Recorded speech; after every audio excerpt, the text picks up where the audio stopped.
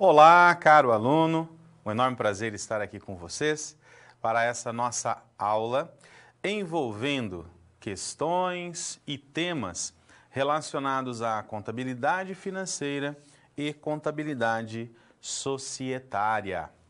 Eu sou o professor Regis Garcia, mestre em contabilidade pela Universidade Federal do Paraná e doutor em ciência da informação pela Unesp. Nessa oportunidade teremos o grato contato com alguns temas importantes cobrados nos principais exames oficiais da área contábil. São questões relevantes e que nos permitirão revisar, ter contato novamente com alguns temas que nós aprendemos durante as nossas disciplinas, durante o curso que nós fazemos. Nós fazemos a disciplina de forma regular e sempre é bom termos essas oportunidades de termos contato com esses temas que são mais cobrados em exames oficiais. Vamos ver um resumo da nossa aula de hoje.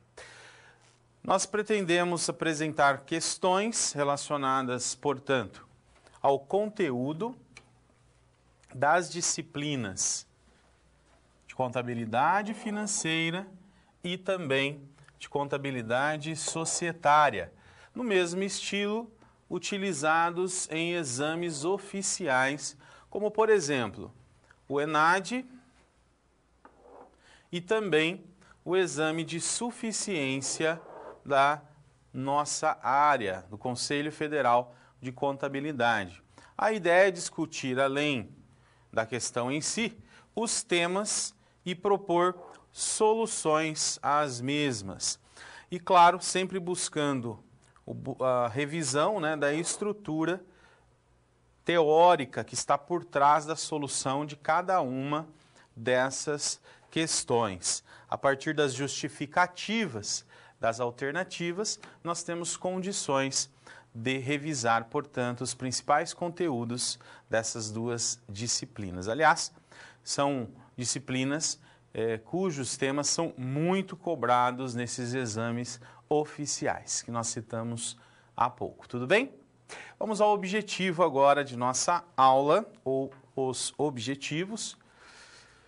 Apresentar e discutir, portanto, as questões cobradas nesses exames oficiais, de forma a familiarizá-los em relação aos conteúdos exigidos para a avaliação, mas principalmente buscando a aprovação, como ocorre no caso do exame de suficiência, Apresentar e discutir conteúdos teóricos para a solução dessas questões, levando-os a obter conhecimentos necessários e revisar aqueles que vocês já têm para o exercício profissional da nossa atividade. Então, nós temos o foco também na questão do exercício profissional e não somente na questão das provas, Todos os conteúdos discutidos aqui são aplicáveis no cotidiano profissional do contador, tá certo?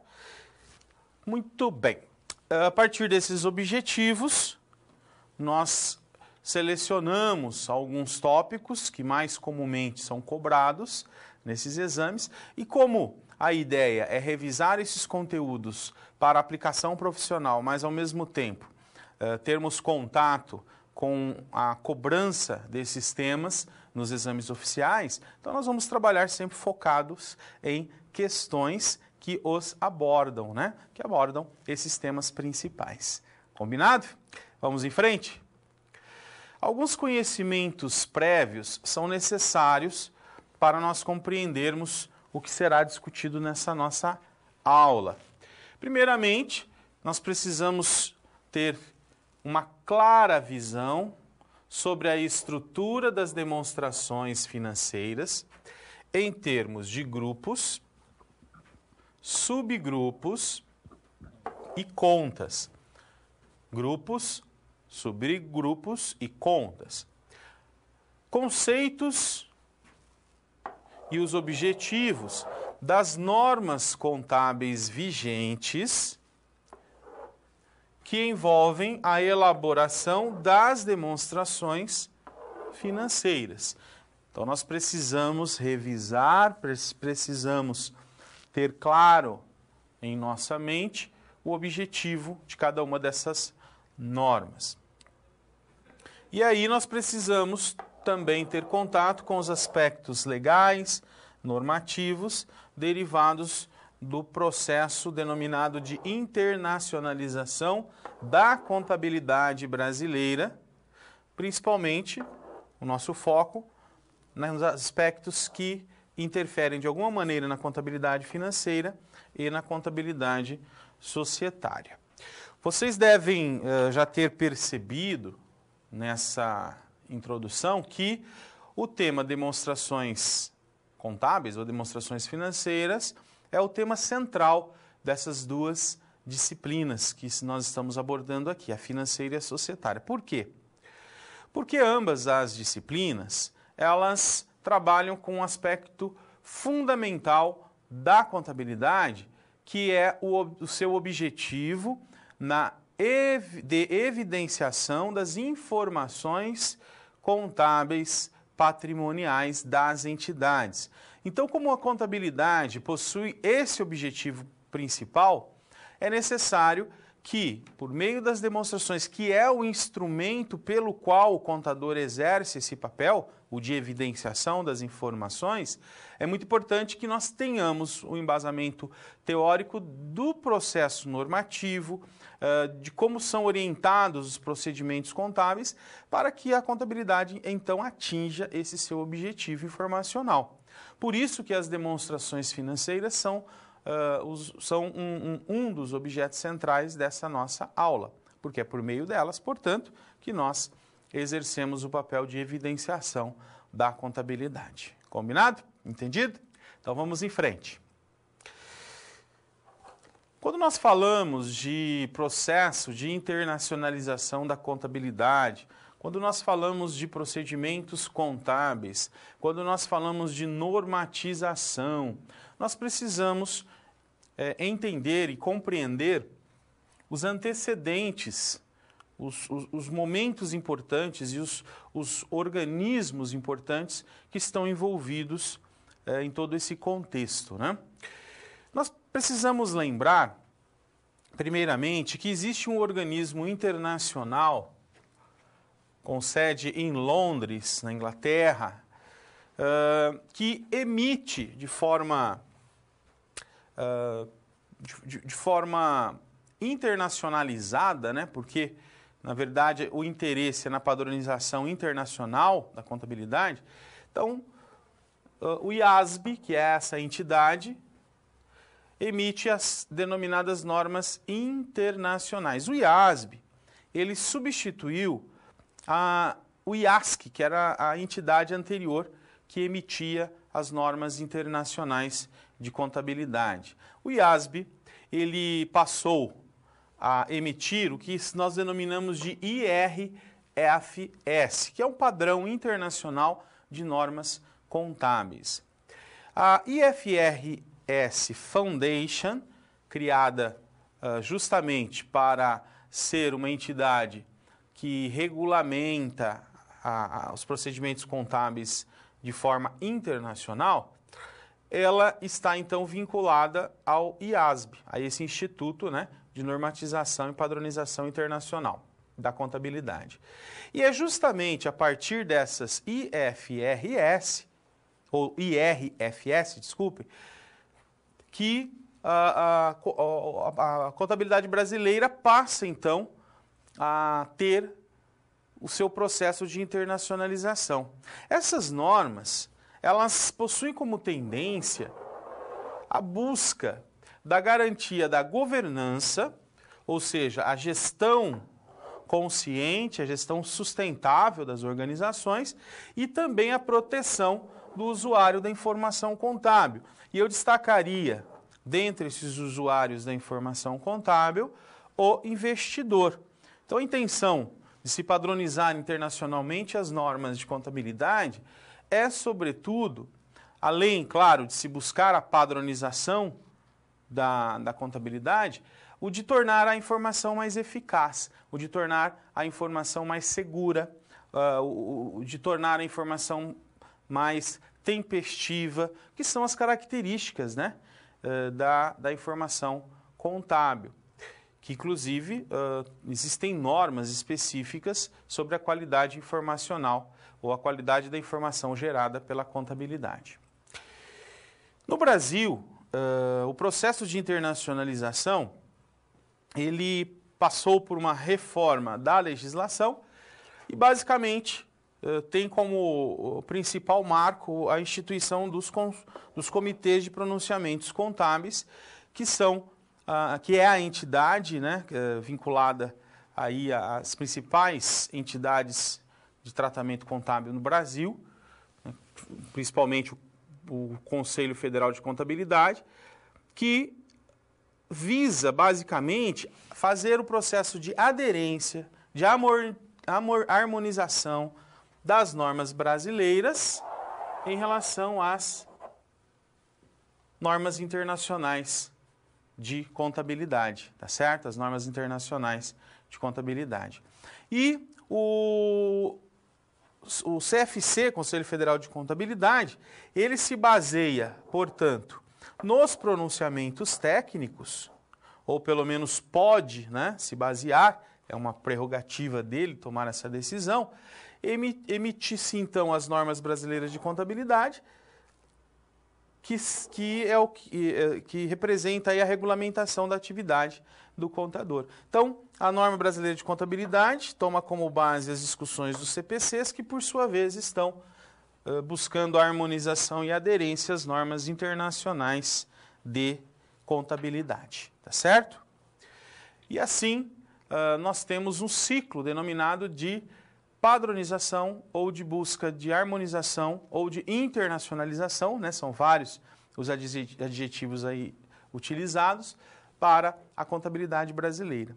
E que tem, como nós já dissemos, como principal alvo o usuário da informação contábil, a segurança informacional e a governança corporativa, né? Uma governança mais consciente, mais eficaz. Esse é o principal objetivo desse processo de internacionalização da contabilidade brasileira, tá certo? Vamos a uma reflexão, vamos pensar um pouquinho. Quais os benefícios diretos e indiretos do processo de internacionalização da contabilidade brasileira no tocante às demonstrações financeiras? 30 segundinhos para reflexão e eu já faço o comentário aqui para vocês, tá certo? A contabilidade, né, tem como foco aí o aspecto da demonstração financeira, ele é o instrumento principal, né?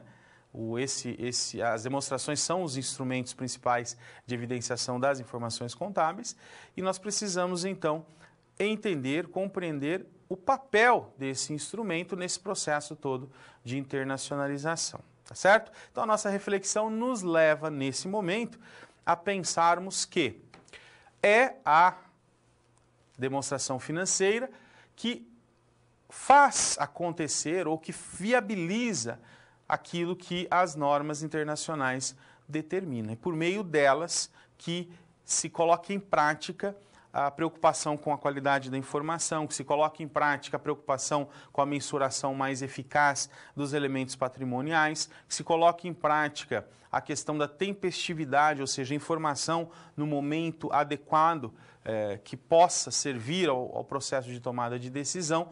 Então, são todas essas características que justificam todo esse processo envolvendo as demonstrações financeiras. Tá ok? Então, vale sempre a pena uma reflexão, vale sempre a pena nós estarmos atentos a todo esse processo, que já é uma realidade, né? Então, um processo que já vem ocorrendo há alguns anos e que hoje já é uma realidade no contexto da contabilidade brasileira. Vamos em frente? Vamos lá. O que abrange o nosso tema, né? O tema da nossa aula de hoje? Primeiramente, a contabilidade financeira. Precisamos entender o que é a contabilidade financeira para podermos entender quais são as temáticas que estão envolvidas, né, nessa disciplina, nessa área da contabilidade. Então, começamos perguntando qual o conceito e objetivo da contabilidade financeira. A contabilidade financeira, ela tem como origem a contabilidade da escola europeia e é considerada como a contabilidade responsável pela evidenciação da situação patrimonial, por meio desses instrumentos que nós já estamos, desde o início da nossa aula, destacando, que são as demonstrações financeiras. O objetivo da contabilidade financeira é evidenciar a situação patrimonial em um dado momento.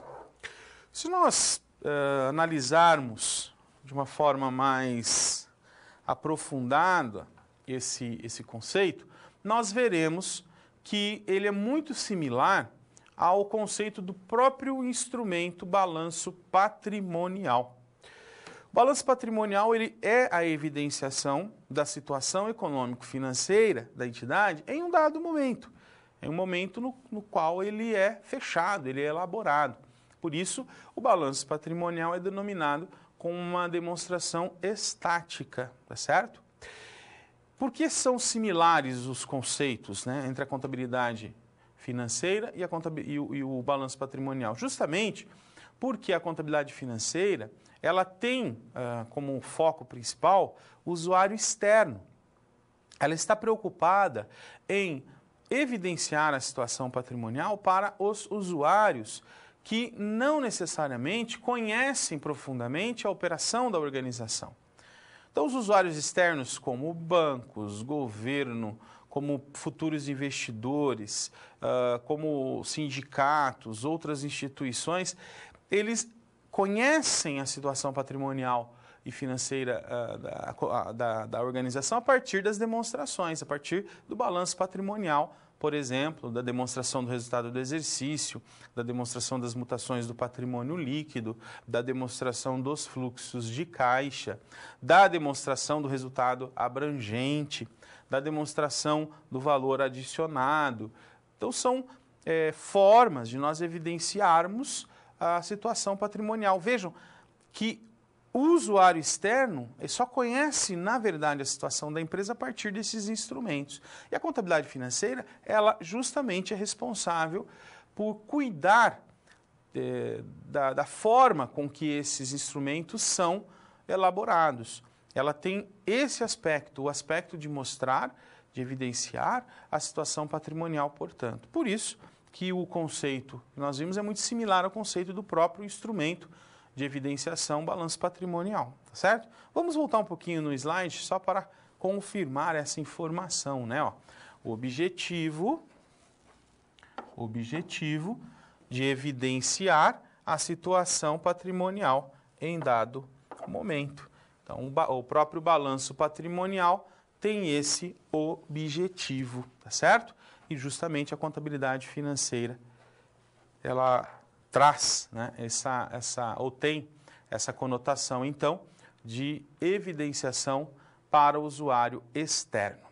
Lembra-se da reflexão que a gente fez ainda há pouco? Dá uma olhadinha nela novamente, olha só.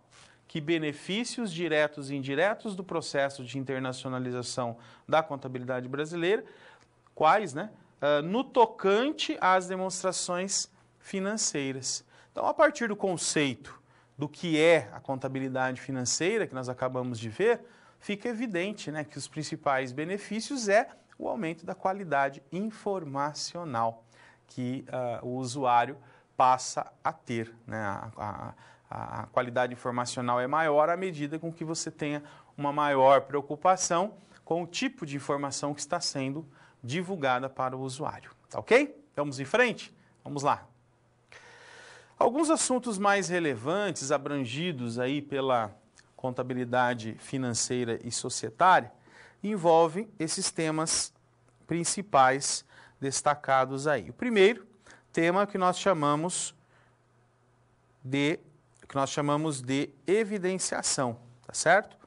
Evidenciação das informações contábeis e financeiras, a própria definição que nós vimos, ainda há pouco, nos deixa claro, né, que a intenção aqui é divulgar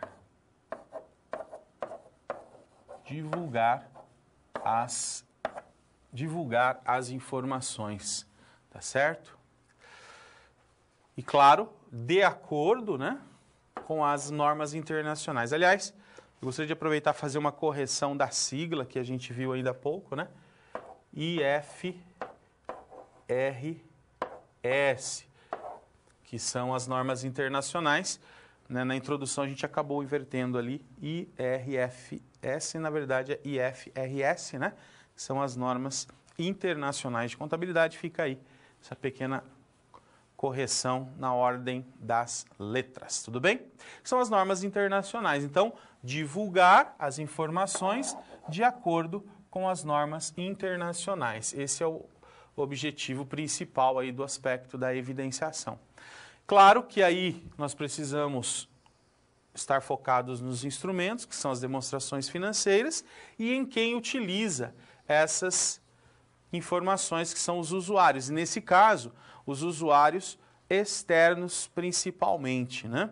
Porque os usuários internos, aqueles que estão dentro da organização, que conhecem as operações por outros meios que não apenas pelas demonstrações financeiras, eles têm a contabilidade gerencial, por exemplo, que trata de forma mais aprofundada das questões de qualidade da gestão organizacional, né?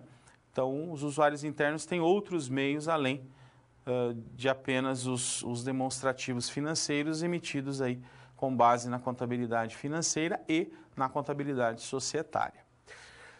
E outro assunto bastante tratado dentro desse mesmo contexto é a legislação, principalmente nesse processo de internacionalização, né, da contabilidade brasileira. Então, as normas e procedimentos que visam, como nós já dissemos, padronizar as informações patrimoniais e também as informações de resultado das entidades. São esses os contextos de temas que são tratados aí dentro do âmbito da contabilidade financeira. Então, quando você encontrar uma questão que tenha qualquer assunto, né, dentre esses relacionados, a evidenciação, demonstrações financeiras, normas e procedimentos contábeis, os usuários, você está falando de temas que são de interesse da contabilidade financeira, tá ok?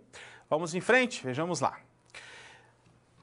Para exemplificar, portanto, como são tratados esses temas em exames oficiais, nós temos aí uma primeira questão, a do ENAD 2015, que foi o último exame nacional de cursos, né, que são aí regulados pelo INEP e que traz aí uma questão que tem a ver com esses aspectos que nós destacamos ainda há pouco. Essa questão 16 do ENAD 2015, ela traz alguns aspectos da contabilidade financeira, né? Uma sociedade empresarial apresentou os seguintes dados referente ao seu balanço em 31/12/2014. Nós temos aqui uma lista de contas, vejam que as contas estão apenas com as suas nomenclaturas e os seus respectivos saldos em 31/12/2014, tá certo?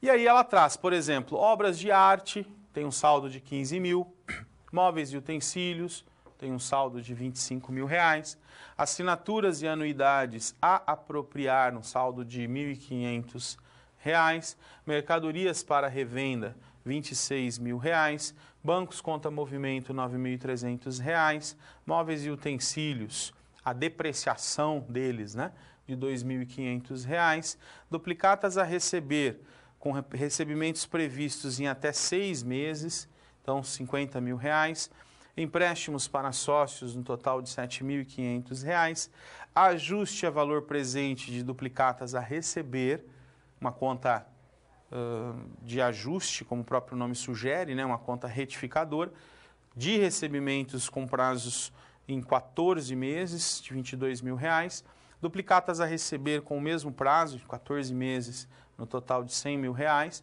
os direitos autorais e os instrumentos financeiros para negociação imediata. São exemplos de contas que a questão traz e, obviamente, né, a questão vai pedir alguma solução de alguma problemática envolvendo essas contas. Portanto, vamos ver o que a questão pede. Com base nos dados apresentados, portanto, com base na tabela vista anteriormente, conclui-se que o valor do... Então, está aqui o que a questão está pedindo, né? Ativo não circulante. Ativo não circulante. E aí é importante nós vermos, né, que a data que está sendo solicitada é a mesma data do saldo das contas. Isso é importante quando nós estamos solucionando uma questão de um exame, principalmente de um exame oficial, nós estarmos atentos ao que a questão pede. Então, estarmos atentos a datas, estarmos atentos ao que ela necessariamente, ou aquilo que ela especificamente está nos cobrando. Então, eu destaco aqui o ativo não circulante, como sendo o grupo de contas que ela está querendo saber o saldo, e na data de 31/12/2014, né? Bem, então ela apresenta alguns valores, alternativas de A a E, e nós precisamos discorrer sobre esses assuntos que estão aí inerentes, né, a essa tabela de contas, porque cada uma delas tem uma característica. E a contabilidade financeira justamente está preocupada com essa característica, porque a partir do que é a conta, do que ela está evidenciando, é que eu determino qual grupo a qual ela pertence, qual o grupo no qual essa conta estará classificada. Então, nós precisamos revisar e estar atentos a algumas questões antes de dizermos aí como resolveremos a questão. Vamos em frente? Vamos lá. Primeiramente, nós precisamos lembrar, como um embasamento teórico para a solução dessa questão, da estrutura do balanço patrimonial. Vejam que no início da nossa aula eu destaquei a importância de termos em mente que são as demonstrações contábeis ou demonstrações financeiras, os instrumentos que fazem valer, que tornam evidentes, né, aquilo que as normas estão pré-determinando, que é a qualidade informacional, não é verdade? Então, a estrutura das demonstrações financeiras acaba sendo aí o veículo de divulgação da situação econômica e financeira da entidade. Então, a estrutura das demonstrações contábeis é a forma organizada, então ela é organizada e padronizada, né, em termos de apresentação dos eventos contábeis ocorridos dentro da empresa. Então, para eu evidenciar aquilo que aconteceu dentro do contexto empresarial, eu preciso lançar mão das demonstrações financeiras. E aí vale destacar que as demonstrações financeiras são reguladas originalmente pela Lei 6.404 de 1976. Todavia, nós sabemos que em 2007 foi promulgada a Lei 11.638, que alterou de forma bastante sensível, de forma bastante significativa, aspectos da lei original das SAs, né, a Lei 6.404.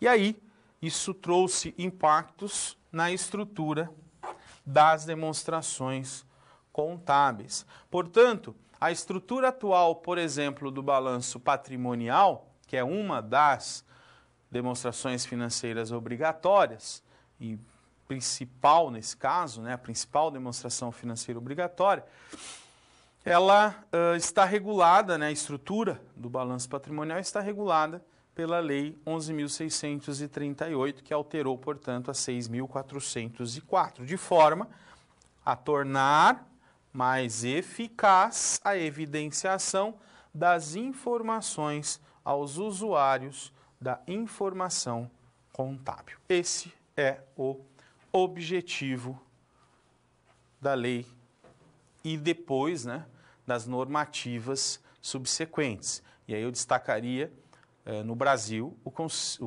os comitês de pronunciamentos contábeis que discutem, validam, interpretam a legislação internacional por meio das IFRS, que são as normas internacionais emitidas pelo IASB, como nós já lembramos no início da nossa aula.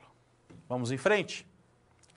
Essa é a estrutura atual do nosso balanço patrimonial.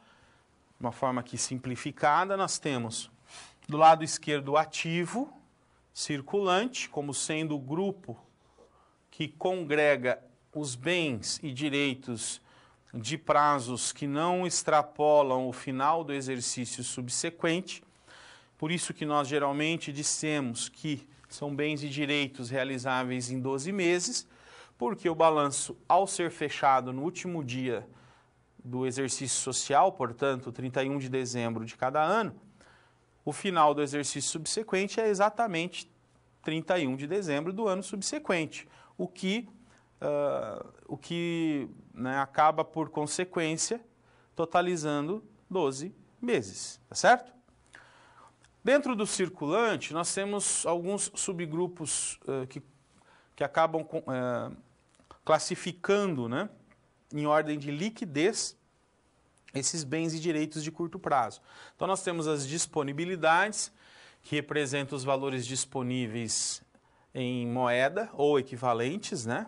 Os direitos a receber, que são os créditos junto a clientes e a terceiros, e os estoques, que são as mercadorias, itens de consumo, itens destinados à produção, que ficam armazenados até que sejam vendidos, consumidos ou utilizados no processo produtivo, tá certo?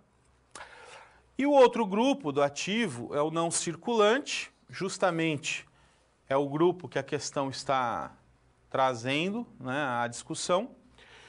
E esse grupo do ativo não circulante também possui algumas subdivisões, como, por exemplo, realizável a longo prazo. Então, realizável a longo prazo, ele tem relação com os direitos a receber, tem a mesma classificação, né? Seriam direitos, só que com prazos superiores aí ao final do exercício subsequente.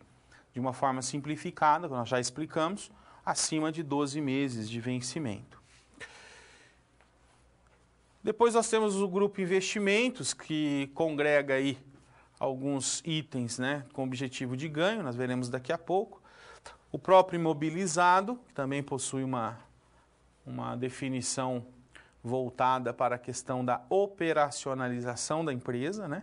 E o intangível, que também possui uma característica especial. Nós vamos ver detalhadamente cada um desses subgrupos do ativo não circulante, uma vez que a questão trata justamente desses subgrupos.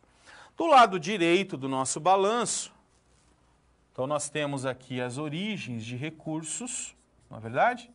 Só lembrando. E aqui o ativo que nós acabamos de descrever, aplicações, né? Aplicações. Ok? Então, aplicações de recursos no ativo, origens de recursos no passivo. O passivo circulante representa aqui as obrigações, as dívidas de curto prazo da organização, tá certo? Enquanto que o passivo não circulante, similar ao que ocorreu lá no ativo, né, representa os elementos de vencimento superiores a 12 meses ou superiores ao final do exercício subsequente, só que agora nós estamos tratando de exigibilidades, de dívidas da organização. Enquanto que no passivo circulante, os exigíveis em até 12 meses ou até o final do exercício subsequente. No patrimônio líquido, também denominado de capital próprio, a conta de capital social e as contas de reservas, né? São os principais representantes. Temos aí as ações em tesouraria, que é um outro representante do patrimônio líquido, né? Essas reservas são separadas em reservas de capital e reservas de lucro. Nós temos ainda a figura do resultado de avaliação de bens, né, de ajustes patrimoniais ocorridos no ativo, que também figuram aí no patrimônio líquido, mas em especial, né, o capital social e as reservas compõem esse grupo de contas, tá bom? Vamos agora detalhar esses elementos. Então, os itens classificados do não circulante, como nós vimos o realizável a longo prazo, representa os bens e direitos com realização certa ou provável após o final do exercício seguinte, considerando como data a data do fechamento do balanço.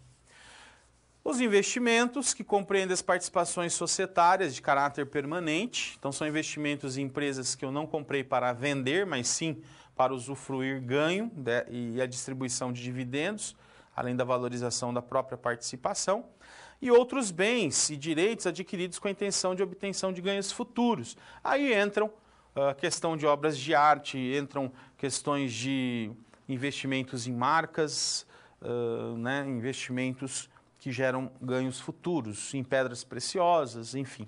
Tem vários exemplos além das participações societárias. As imobilizações, que representam os direitos que tenham por objeto bens corpóreos, então o destaque aqui do imobilizado é a questão dos bens corpóreos, com o objetivo de manutenção das atividades. É o caso aqui de veículos, móveis e utensílios, edificações, máquinas e equipamentos, entre outros. E o intangível, muito similar ao que ocorre nas imobilizações, todavia, são bens incorpóreos, tá certo?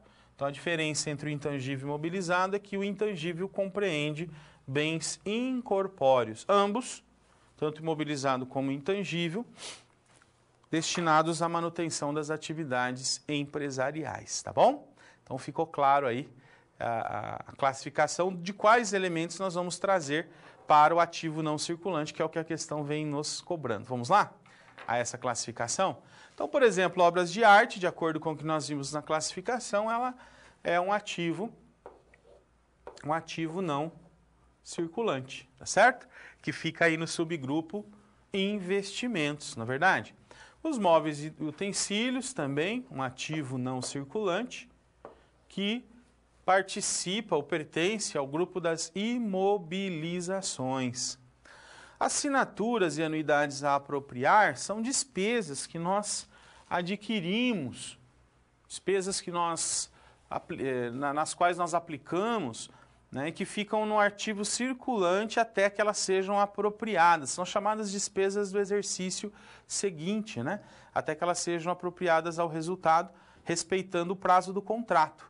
Então, assinaturas de TV a cabo, assinaturas de jornais e revistas, a questão dos seguros também, né, ficam armazenados no ativo circulante. Então, não é o caso aqui da nossa questão.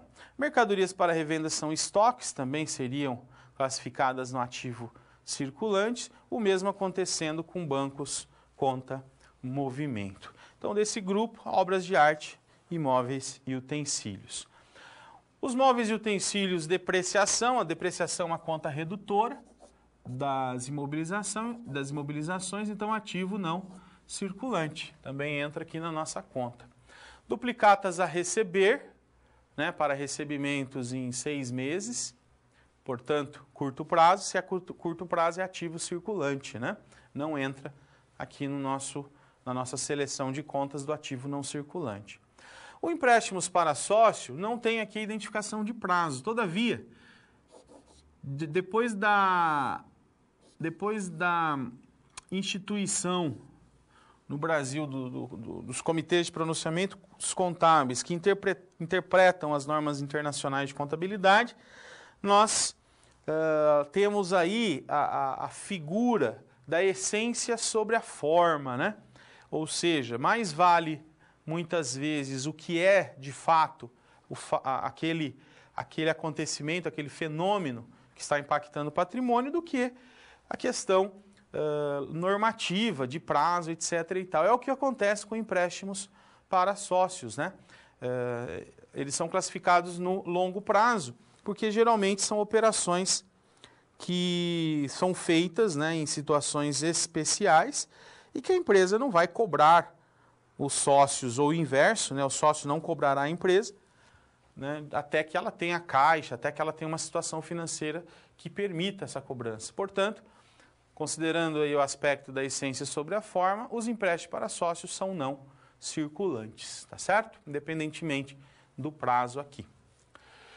Ajuste a valor presente das duplicatas a receber é mais uma das mudanças trazidas pela legislação e tratada, né, no que se refere às demonstrações financeiras, que é trazer todos os créditos e débitos, né, os direitos e obrigações de longo prazo, vejam que aqui nós estamos tratando de 14 meses, a valor presente na data do balanço, tornando aí as informações mais fidedignas, né?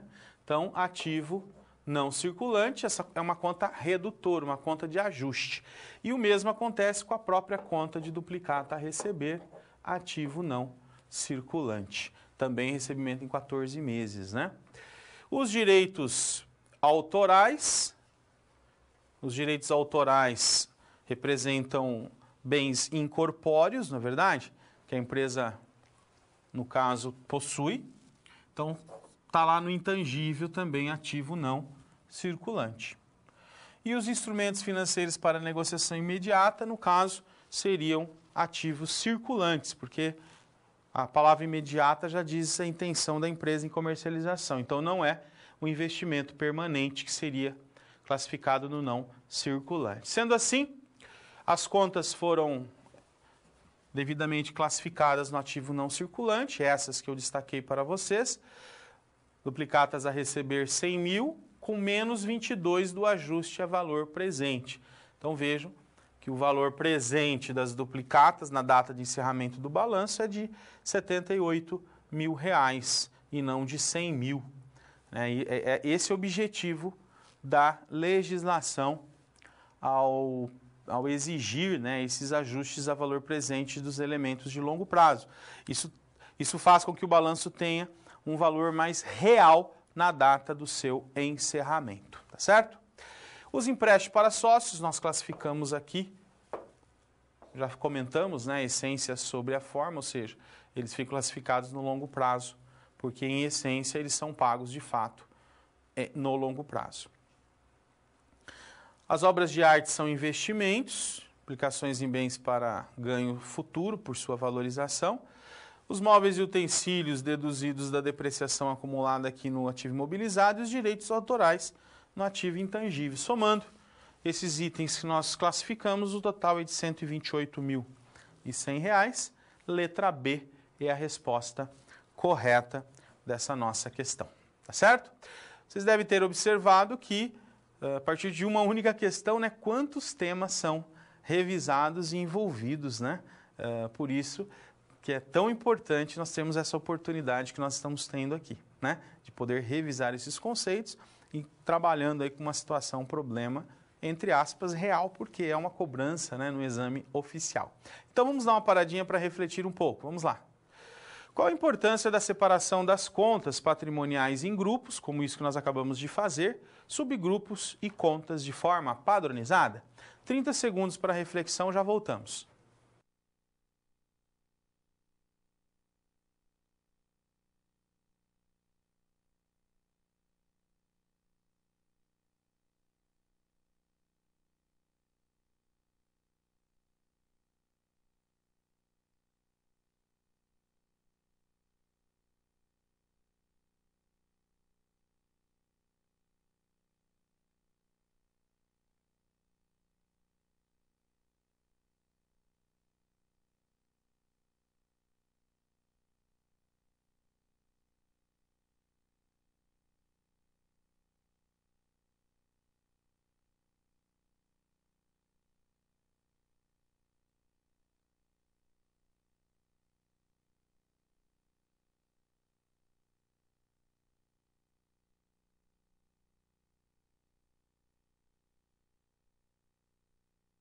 Muito bem, a importância, conforme nós já destacamos, é a de melhor evidenciar a situação econômica e financeira das entidades, e a questão da padronização nos permite que essas demonstrações sejam comparadas, tanto de um período para outro, como entre entidades diferentes. Se não houvesse uma padronização, isso seria impossível. Então, o primeiro aspecto é de melhor compreensão da situação econômica e financeira, e o segundo aspecto, a comparabilidade, que são os benefícios dessa separação, dessa estrutura organizada. Combinado? Vamos em frente. O que abrange ainda, né, o tema das nossas discussões de hoje, no caso, o conceito e objetivo da contabilidade societária, que é o segundo grupo de temas que nós estamos tratando nessa oportunidade. Então, a contabilidade societária é a área da contabilidade que avalia e aplica a legislação societária. Então, quando nós falamos de Lei 6.404/76, a Lei 11.638 de 2007, nós estamos falando de aspectos normativos legais. Então, a contabilidade societária se baseia, avalia o que essas leis trazem e aplicam isso, né, de forma a garantir que as informações evidenciadas nas demonstrações contábeis estejam de acordo com as normas internacionais de contabilidade, principalmente de 2007, né, a partir da Lei 11.638, a contabilidade societária, então, ela passa a ter esse objetivo, o de garantir que as demonstrações contábeis sejam elaboradas respeitando as normas internacionais. Nesse contexto, como nós revisamos na introdução da nossa aula, estão as IFRS, no caso emitidas pelo IASB, em especial pela IFRS Foundation, que é a fundação específica para a elaboração e revisão das normas internacionais, os CPCs, os Comitês de Pronunciamento Contábil ou de Pronunciamentos Contábeis, que leem, interpretam e emitem, né, no caso, as normas internacionais aqui dentro do Brasil na forma de CPCs, né, e que são depois regulamentadas pelos organismos, né, pela CVM, no que diz respeito aos aspectos do mercado imobiliário, ao Conselho Federal de Contabilidade, no que diz respeito aos procedimentos contábeis, e assim sucessivamente, né, todas as entidades relacionadas à atividade contábil de uma forma direta. E a contabilidade societária, ela põe em prática, portanto, essas normas que regulam então, a atividade do contador, de tal forma que a demonstração compreenda, né, tenha dentro de si essas características. Combinado? Vamos em frente. As atividades principais envolvidas com a contabilidade societária está em adequar os procedimentos contábeis ao que determina, portanto, essa legislação societária, como, por exemplo, a empresa precisa registrar-se ou não na Comissão de Valores Mobiliários. Então, determinadas empresas, como as sociedades anônimas de capital aberto com comercialização de ações, necessitam desse registro junto à CVM. Uma instituição relacionada ao sistema financeiro brasileiro, né, independentemente de ser uma sociedade anônima de capital aberto, ela precisa do registro da Comissão de Valores Mobiliários. Aí prevalece a questão do interesse público, né, já que o mercado imobiliário atinge de uma forma substancial a economia de qualquer país. Entre outros aspectos, né? Um outro aspecto que aqui também merece destaque é se a sociedade, quando na sua constituição, ela é registrada nas juntas comerciais ou ela é registrada em cartório de registro de títulos e documentos, né, a depender da sua forma jurídica. Então, todos esses aspectos são de interesse da contabilidade societária. Quais as demonstrações são obrigatórias em cada uma das situações, né? Se ela for uma entidade de capital aberto ou mesmo de capital fechado, mas se for de grande porte, elas estão sujeitas aí às normas internacionais na sua completude e são obrigadas a publicar pelo menos o balanço patrimonial, a demonstração do resultado do exercício, a demonstrações das mutações do patrimônio líquido, a demonstração do fluxo de caixa e a demonstração do valor adicionado. Pelo menos essas são obrigatórias, né? Já em alguns casos mais específicos, a demonstração do valor abrangente, né? A demonstração do resultado abrangente, a DRA, e algumas, de uma forma mais ampla, o próprio balanço social, né? Dependendo aí de, por exemplo, se ela está ou não indexada ao índice de sustentabilidade empresarial da Bolsa de Valores, né? Então tem outros aspectos a serem considerados sob o aspecto da legislação societária que são, portanto, de interesse da contabilidade societária. Quais as regras de divulgação das informações contábeis, né? Se o balanço tem que ser publicado, se ele não precisa ser publicado, se ele é publicado, qual é a regra de tornar esse balanço público, né? Entre outros aspectos, tá bom? Bem, vocês devem ter percebido que existe uma confluência, né? Existe uma relação bastante significativa entre a contabilidade financeira e a contabilidade societária, haja vista que ambas estão preocupadas com a evidenciação das informações.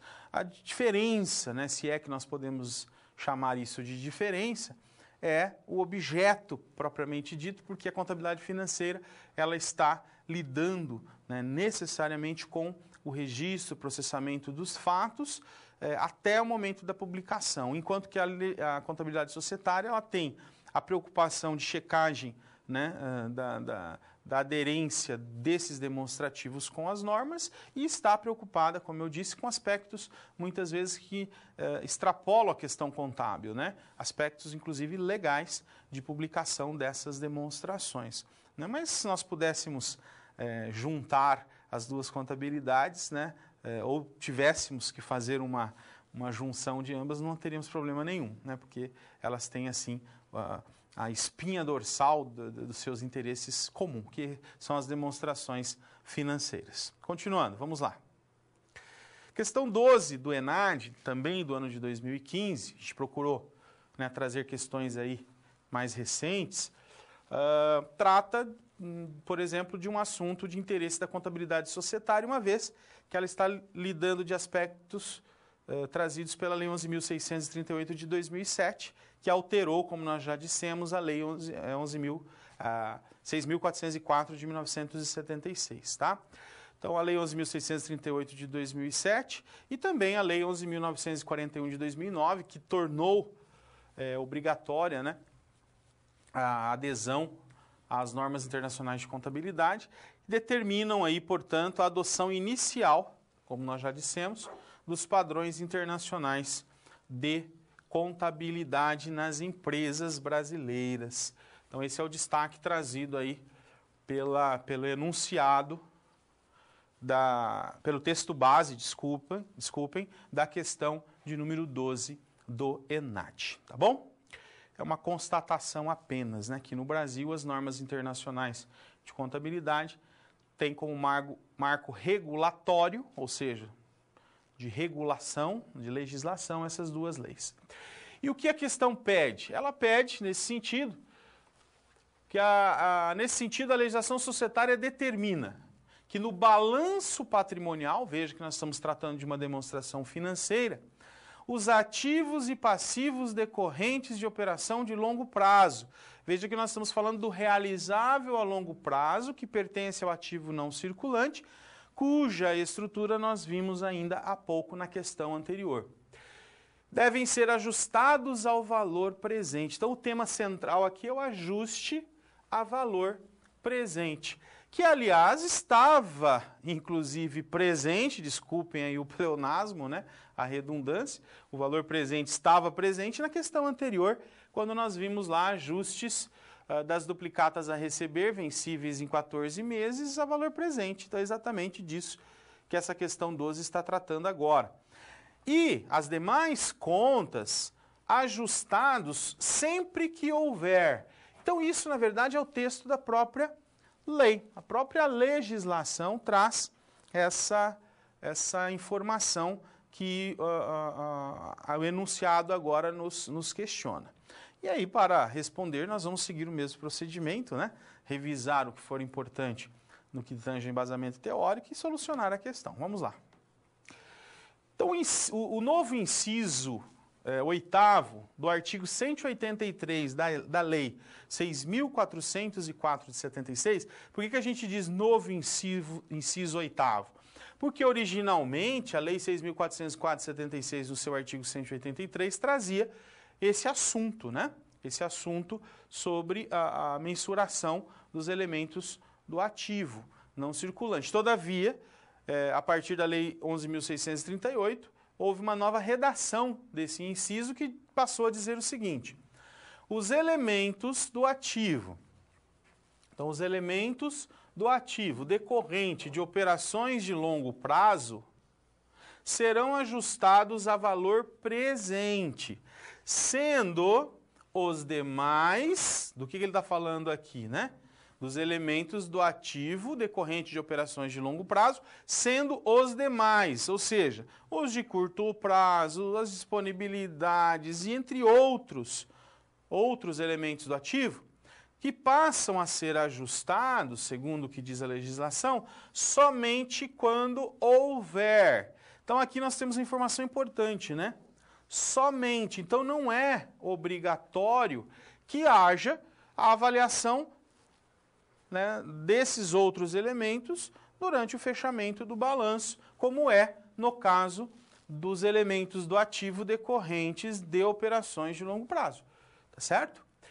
Então esses demais, eles só serão ajustados quando houver, né, eu coloquei até em negrito, efeito relevante. A gente precisa entender aqui o que o legislador quis dizer com efeito relevante, né?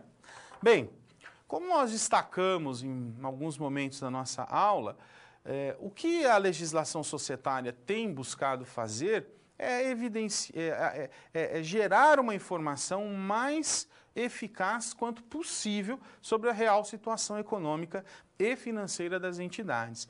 Quando eu digo efeito relevante, esse efeito é o efeito sobre a informação que será divulgada, é o efeito sobre o patrimônio da entidade. Esse efeito precisa ser relevante porque automaticamente, se o efeito sobre o patrimônio ele é relevante, a informação sobre esse mesmo patrimônio, ela estará distorcida se não apresentar, se não contiver esse elemento, né, que causou essa modificação relevante, tá certo? Então aqui entra um julgamento subjetivo de quem está fazendo a elaboração da demonstração financeira, mas que por meio de critérios técnicos pode, né, se tornar aí um julgamento objetivo. Então, se eu estiver amparado num laudo técnico, por exemplo, que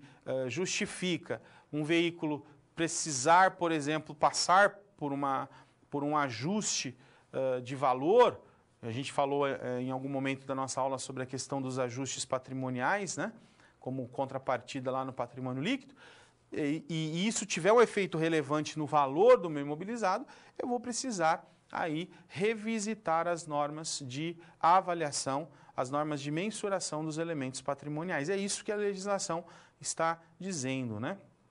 Créditos de curto prazo, por exemplo, não precisam passar aí por ajustes a valor presente, mas se os juros embutidos naquele ativo, naquele crédito, forem juros talvez que impliquem numa alteração substancial do valor daquele crédito, eu justifico, né, com base nesse inciso legal, com base nesse artigo legal, como sendo um efeito relevante e vou fazer o ajuste a valor presente, tá certo? Então é isso que a legislação está fazendo, ela está tentando incentivar, né, a informação de forma mais eficaz. E aí, né, a questão justamente trata desse aspecto, nós temos a alternativa correta, então, aquela que diz respeito ao efeito relevante. Vamos em frente. Pronunciamento conceitual número 12 do CPC, né, número 12, justamente trata, né, sobre o estabelecimento dos requisitos básicos a serem observados quando da apuração do ajuste a valor presente. Então, o CPC, ele esclarece, né, o que é esse ajuste, quando ele é aplicável de fato, em que situações, qual o efeito disso sobre as contas contábeis. Então, o CPC, ele faz a interpretação desse ponto da lei, né, estabelecendo, então, os requisitos básicos a serem observados quando da apuração do ajuste a valor presente, de elementos do ativo e do passivo, quando da elaboração das demonstrações contábeis. Então, além do inciso do artigo da lei, da própria lei, o 183 da Lei 6.404, nós temos aí o CPC 12 tratando desse mesmo assunto, né? E aí, é claro, resolvendo a questão, com base no que diz, então, o próprio artigo, e se nós visitarmos lá o CPC, nós veremos que a resposta correta é a letra A. Porque a legislação societária determina que no balanço patrimonial, os ativos e os passivos decorrentes de operações de longo prazo devem ser ajustados ao valor presente e os demais ajustados quando houver efeito relevante. Letra A, portanto, a resposta correta dessa alternativa. Tá certo? Legal, né? Então, muito importante nós termos sempre em mente a questão legal, sabermos que os CPCs, eles são instrumentos que buscam, né, dar muitas vezes um parecer ou um esclarecimento sobre aquilo que a legislação determina e, obviamente, nós podemos consultar a lei e devemos consultar o CPC sempre que existir. E aí, a norma contábil, obviamente, estará baseada tanto na lei quanto nos comitês de pronunciamentos que foram criados justamente para isso, né? Então, o CPC, eles emitem os pronunciamentos, eles emitem as interpretações e eles emitem aí as respostas às consultas, né?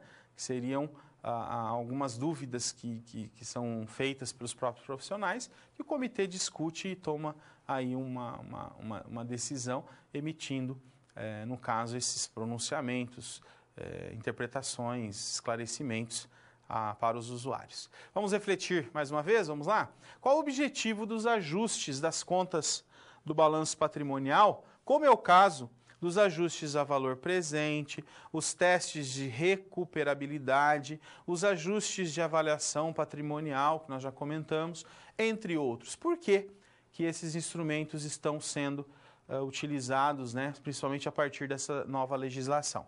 Então, vamos lá, uns segundinhos para a reflexão, já voltamos.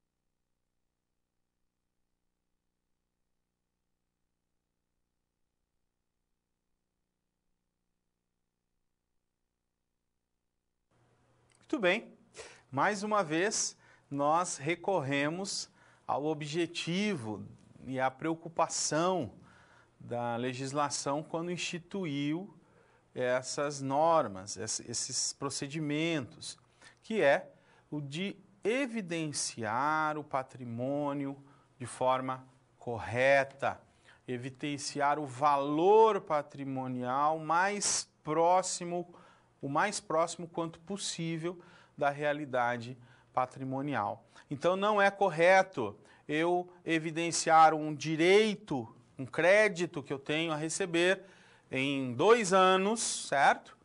Pelo seu valor bruto, uma vez que hoje, na data do encerramento do nosso balanço, o valor que está evidenciado naquele crédito não é o valor real. o valor real trazido a valor presente, né? Ele é o valor na data de hoje, considerando o tempo e o aspecto aí dos encargos que estão embutidos nessas operações. Por isso que o mais correto é, de fato, fazer o ajuste da valor presente de tal forma que eu tenha na data do encerramento do balanço os reais valores desses créditos. O mesmo acontece com itens do imobilizado, que sofrem alterações sempre tomando como base aí o seu valor justo, né, que também é um outro aspecto trazido pela nova legislação. O valor justo, como sendo aquele valor negociável do bem envolvendo duas partes, desde que entre eles não haja nenhum efeito que torne a negociação injusta, né? Por isso é chamado de valor justo. É o valor da livre negociação entre as partes e considerando o valor de mercado, né? O quanto aquele bem pode ser negociado nessa operação aí de compra e venda. São todos aspectos, né, que buscam fazer com que o balanço patrimonial evidencie o verdadeiro patrimônio e não um patrimônio inchado ou, ao contrário, né, desinflado por aspectos subjetivos e que muitas vezes extrapolam o aspecto temporal. Tá certo? A duplicata, ao final daqui 2 anos, será cobrada pelo valor de face dela, né? Sem dúvida nenhuma. Só que hoje, né, 2 anos antes, eu preciso evidenciar para o meu usuário quanto aquele elemento vale de fato. Tá bom? Então, são aspectos bastante relevantes e vale a pena refletirmos. Vamos em frente? Temos aí mais uma questão do ENAD, a questão de número 14. Conforme o artigo 248 da Lei 6.404 de 1976, atualizado pela Lei número 11.638 de 2007 e pela Lei número 11.941 de 2009, os investimentos em controladas, coligadas e em outras sociedades que façam parte de um mesmo grupo ou que estejam sob controle comum, serão avaliados pelo método de equivalência patrimonial. De acordo com a legislação vigente, para a determinação do valor do investimento por esse método, aplica-se o percentual de participação no. Então, esse é o texto base da questão de número 14 e, mais uma vez, vale o destaque de que esse texto base, assim como nas outras 2 questões aqui tratadas, ele tem sempre a preocupação em trazer algum aspecto desse novo processo contábil institucionalizado, instituído, colocado em prática, discutido, né, seja lá o que for, principalmente depois da Lei 11.638 para cá, e que faz com que a busca pela qualidade da informação contábil seja o principal objetivo do profissional que está por trás do levantamento das demonstrações. Mais uma vez, eu tenho aqui um grupo do ativo, mais uma vez eu tenho aqui um grupo do ativo não circulante e, nesse caso, dos investimentos, né? Então, vejo que 3 questões tratando basicamente do ativo não circulante. A primeira, envolvendo a classificação dos itens nesses grupos, em realizável a longo prazo, em investimento imobilizado e intangível. A segunda questão, que tratou especificamente do realizável a longo prazo, quando falou ali dos ajustes a valor presente. E agora, a questão 14, que trata de um outro grupo do não circulante, que é o grupo de investimentos, e no caso aqui, investimentos permanentes, tá certo? E aí, exigindo o método de equivalência patrimonial e como consequência, né, o critério que eu devo utilizar para executar essa equivalência patrimonial. Quais os elementos que eu devo contemplar no processo de mensuração pelo método de equivalência patrimonial. É isso que a legislação está tratando nesse momento. Vamos em frente? As alternativas de A até E, as 5 alternativas, trazem questões, né, sobre qual é o elemento que eu utilizo como base? Então, com base no capital social, questões A, B, D e E, com base no patrimônio líquido, questão C, né? E aí, com base nesse elemento, seja o capital social, seja o patrimônio líquido, sobre o quê, né? A equivalência patrimonial ela é sobre o valor do lucro líquido da coligada, como traz a questão A, se é sobre o valor do patrimônio líquido da coligada, que no caso a alternativa B, né? Se é sobre o capital social, que é o caso da alternativa C, se é sobre o patrimônio líquido, que é o caso também da alternativa D, ou se é o patrimônio líquido com base na alternativa E. Então nós temos aí, né, basicamente essas duas dúvidas. E depois, o que se soma ou exclui, né? São excluídos ou adicionados os resultados não realizados? Então, não computando, ou adicionando, né, esses resultados não realizados. Basicamente, são essas as dúvidas trazidas aí pela questão, é isso que ela quer saber de você. Se você conhece a norma que regulamenta essa questão da equivalência patrimonial. Então, vamos agora conhecer os aspectos teóricos, né, envolvendo a solução dessa questão. A Lei 6.404 dispõe sobre as sociedades por ações, portanto, é a lei, né, base para se considerar as metodologias utilizadas para a avaliação das participações societárias. E o artigo específico da lei, inclusive é o artigo que foi chamado aí pela questão, artigo 248, que tem a nova redação também dada, né, pela Lei 11.941 de 2009, a lei mais recente até do que a 11.638, que trata, na linha 1, o valor do patrimônio líquido da coligada ou da controlada será determinado com base em balanço patrimonial. É a introdução do artigo, né? Aí ele continua, ou balancete, né? E assim, né, na data de 31 ou até 60 dias antes, né? Então ali tem alguns aspectos tratados aí pelo artigo. Mas o que mais importa é o que a questão está nos pedindo, que é, não serão computados os resultados não realizados, como a gente viu lá nas alternativas. Então isso é uma verdade. Não serão computados, nós vamos precisar identificar as alternativas que tratam da não computação dos resultados não realizados, decorrentes de negócios com a companhia ou com outras sociedades coligadas, com sociedades que pertencem ao mesmo grupo, à companhia, né? Ou que por ela seja controlado. Então a própria legislação já determina, né, que devem ser não computados, devem ser excluídos do cálculo esses resultados não realizados, tá certo?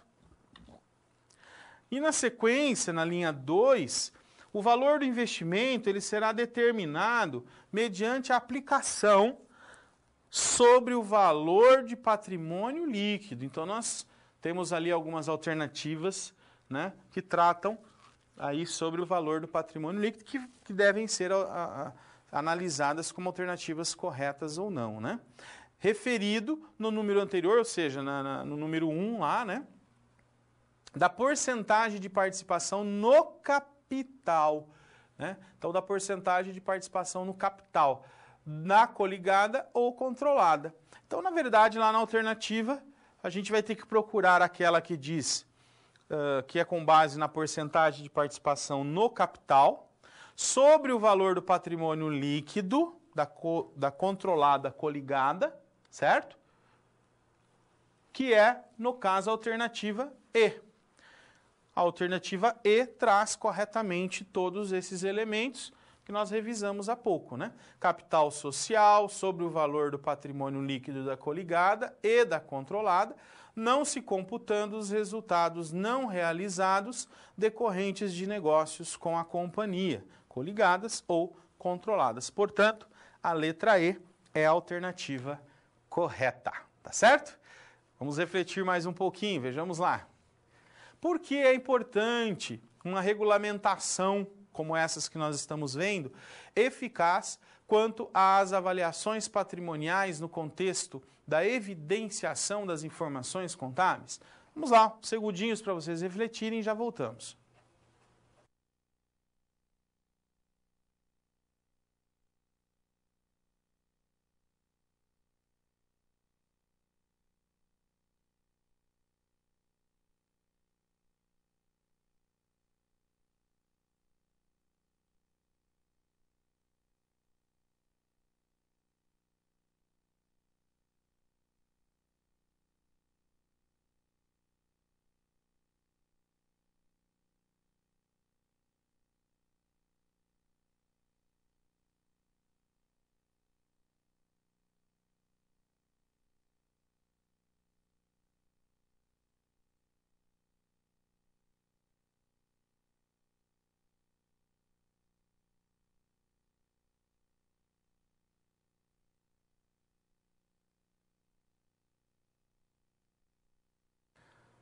Pelos mesmos motivos que nós já discutimos, né? De que se não houver uma padronização, se não tiver uma lei por trás, uma norma por trás, nós não conseguimos a padronização, nós não conseguimos a harmonização, nós não conseguimos a garantir os aspectos da comparabilidade entre os demonstrativos. Esse é o motivo da necessidade de haver uma lei, de haver uma norma por trás dos processos contábeis. Vamos em frente? Vejamos lá. Algumas considerações finais são relevantes sobre tudo que nós vimos aqui, né?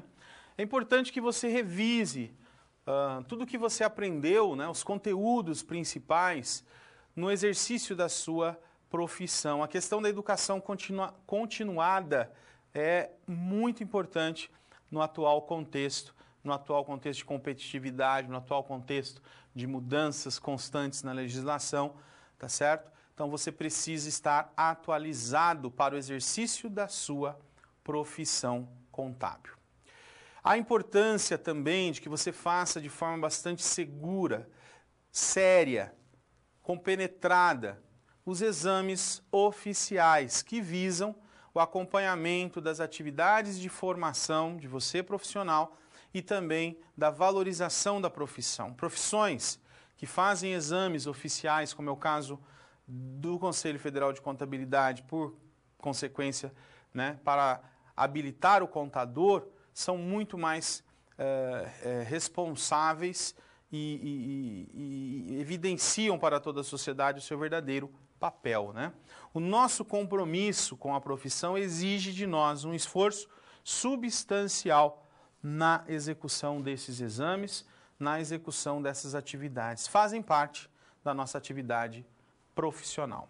Você será cobrado nos exames, principalmente no caso do ENAD. Aqui eu trouxe um exemplo da portaria do INEP, número 439, de 30 de maio de 2018, que é a portaria que regulamenta a aplicação do ENAD 2018 para o curso de Ciências Contábeis. Então, o artigo 6º diz que a prova do ENAD, no componente específico da área de Ciências Contábeis, avaliará se o concluinte, nós que estamos concluindo o nosso curso, desenvolvemos no processo de formação as seguintes competências. Primeira, nós vamos precisar provar que nós temos capacidade, nós temos competência para exercer as funções contábeis utilizando adequadamente a terminologia e a linguagem da ciência contábil. Por isso é importante você ler as normas contábeis, ler as normas brasileiras de contabilidade, ler os pronunciamentos contábeis, ler a legislação, para ter uma afinidade com os termos técnicos utilizados. Identificar e analisar os processos contábeis, como fazer os processos contábeis, sempre analisando-os de uma forma sistêmica, entendendo a organização como um sistema e interdisciplinar. Realizar atividades de auditoria, perícia e arbitragem, que são atividades importantes da área contábil, e interpretar e aplicar as normatizações e pronunciamentos da legislação. Elaborar pareceres e relatórios, saber escrever, modelar, implantar e analisar sistemas de informações, tá certo? São esses os aspectos que nós gostaríamos de destacar e destacamos nessa oportunidade. Valorizem essa oportunidade que estão tendo, porque isso só vai acrescentar na sua vida profissional e na valorização da sua profissão enquanto contador. Foi um enorme prazer estar com vocês aqui. Sucesso a todos. Até logo.